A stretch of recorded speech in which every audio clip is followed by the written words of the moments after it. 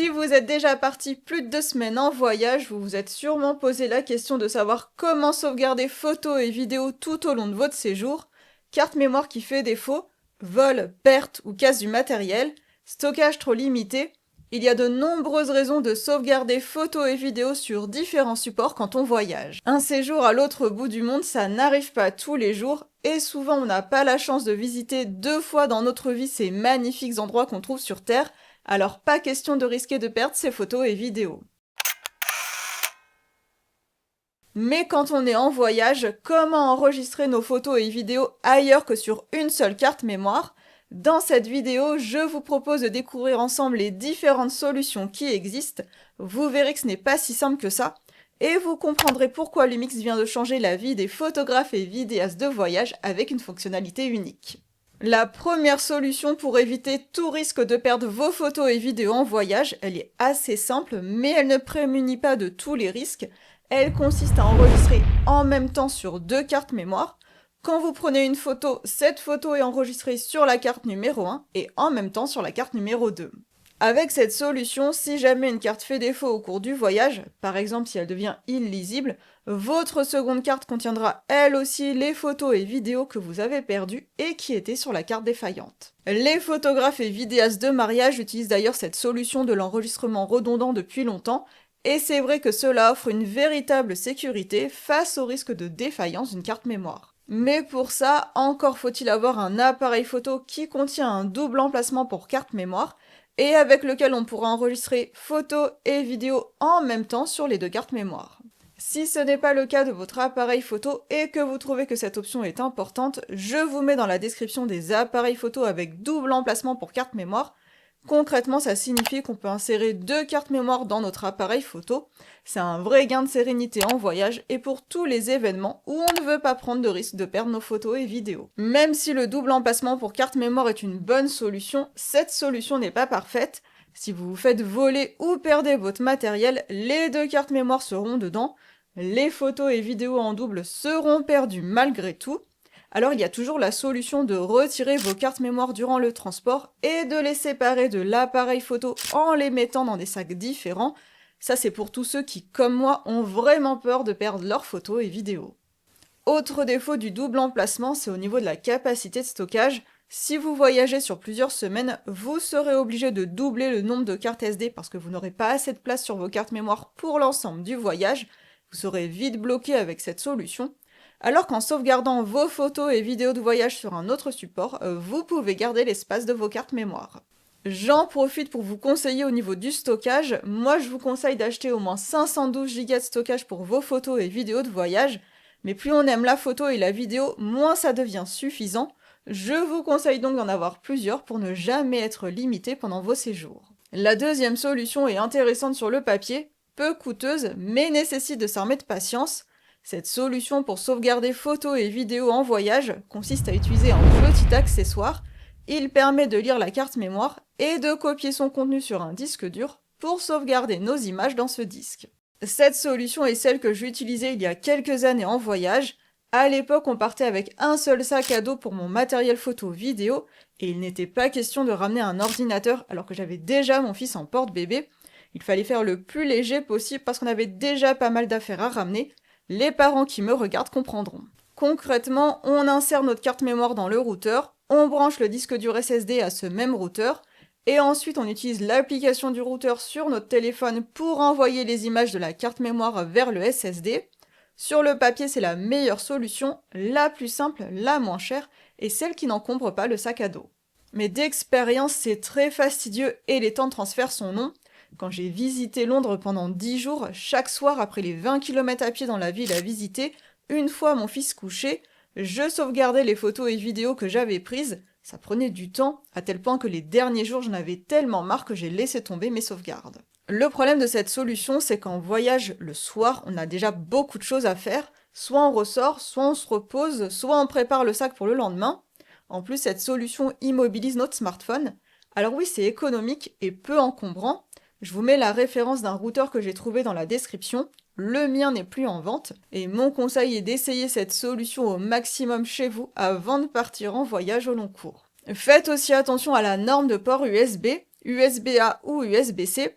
Il faut un adaptateur USB-C vers USB-A si votre disque dur est en USB-C. Et qui dit USB-A dit débit réduit, donc temps d'envoi plus long. Autre point, ça ne fonctionne qu'avec les cartes SD, pas avec les cartes CF Express.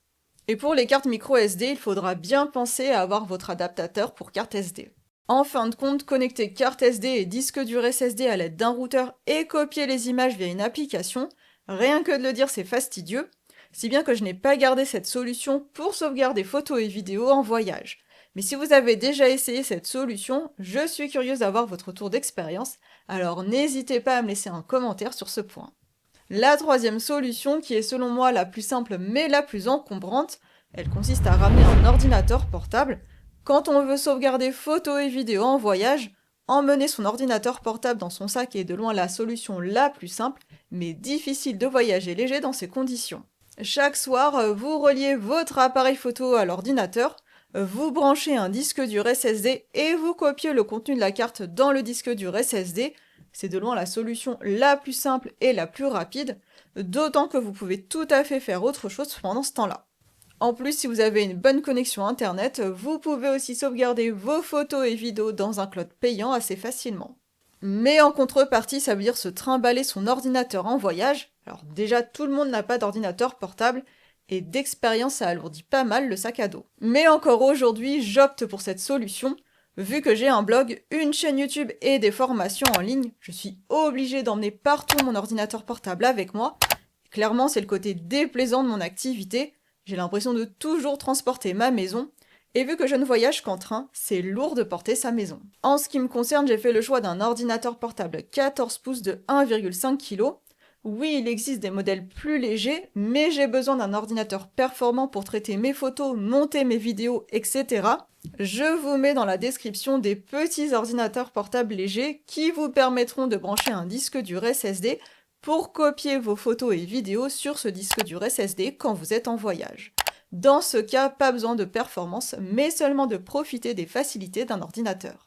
Avec la quatrième solution, préparer les billets, c'est la solution la plus simple, la moins encombrante pour sauvegarder photos et vidéos en voyage, mais c'est aussi la plus coûteuse. Cette solution consiste à acheter un disque dur autonome de sauvegarde intégré.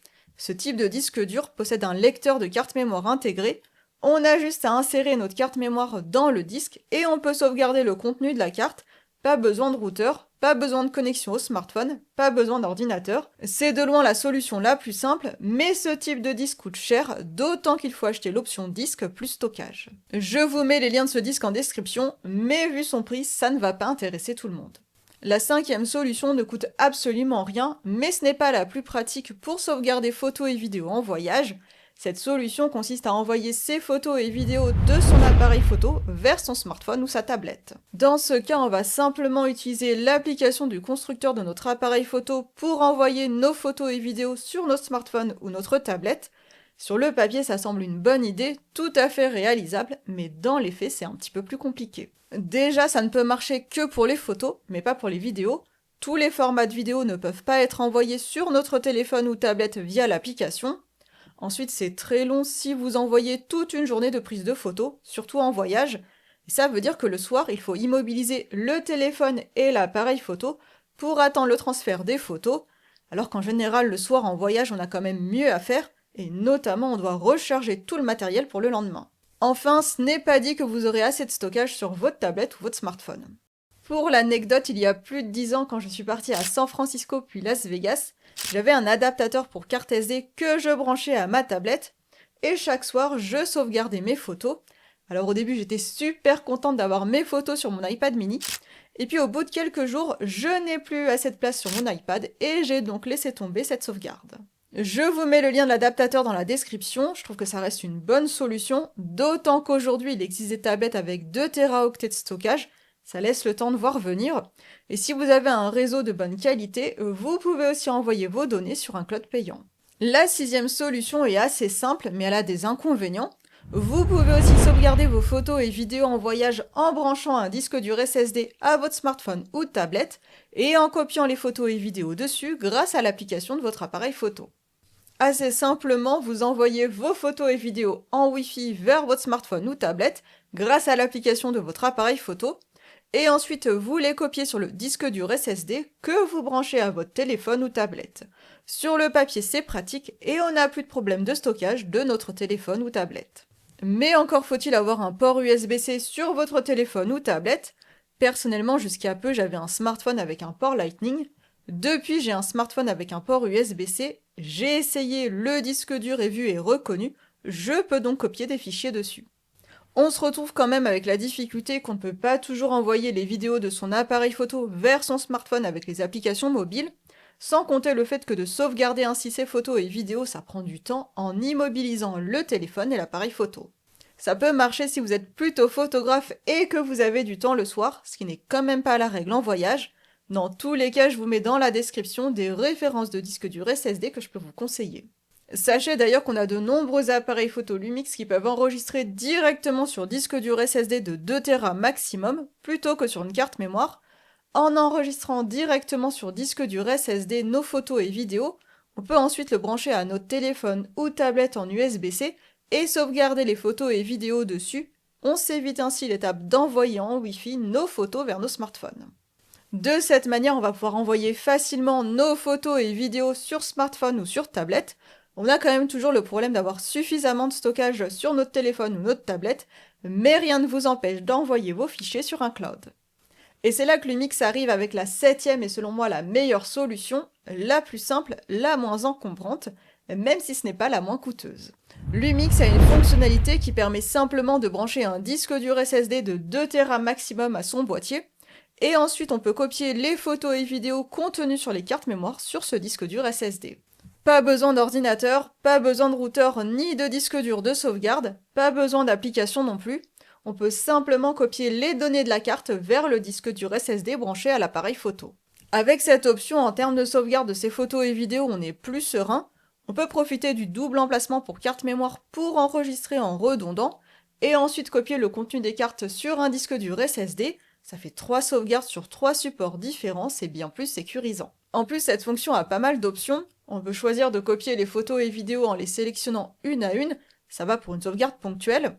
On peut aussi choisir de copier ces photos et vidéos par dossier, je pense que c'est la meilleure solution pour copier par lot sans s'y perdre. Ou alors on peut carrément copier tout le contenu de la carte, mais attention, moi j'ai copié 2500 photos, ça m'a pris environ 2 heures, je n'avais plus de batterie et le boîtier n'a pas repris là où il en était. Quand on branche un disque dur SSD, le port USB-C est utilisé par le disque dur. Lumix conseille donc de brancher son boîtier sur secteur à l'aide d'accessoires que je vous mets en description. Ça c'est pour éviter de se retrouver en rate de batterie en plein milieu de la copie. Je trouve aussi qu'il manque la possibilité de copier en sélectionnant par date. Si Panasonic m'écoute, ça pourrait être une mise à jour sympa. Typiquement en voyage, c'est bien de pouvoir sauvegarder photos et vidéos chaque soir en fonction d'une date ou d'une période. Pouvoir copier par date plutôt que par dossier, ça évite de se perdre dans les copies et de se retrouver avec des doublons. Seul bémol, cette fonction n'est disponible que sur les Lumix S1.2, S1.2 et S1R2. Je vous mets leurs références en description ainsi que mes tests terrain. Il n'empêche, aujourd'hui Lumix est le seul constructeur à ma connaissance à proposer une solution aussi simple pour sauvegarder photos et vidéos depuis son appareil photo, directement sur un disque dur SSD, sans avoir besoin de quoi que ce soit. C'est vraiment novateur et ça fait partie des petits trucs en plus qui font de Lumix un constructeur qui s'est toujours intéressé aux voyageurs. Dites-moi en commentaire ce que vous pensez de cette fonctionnalité. Pour quelle solution optez-vous pour vos voyages? Je suis assez curieuse d'avoir vos retours. Et moi je vous donne rendez-vous dans une formation ou la semaine prochaine sur YouTube.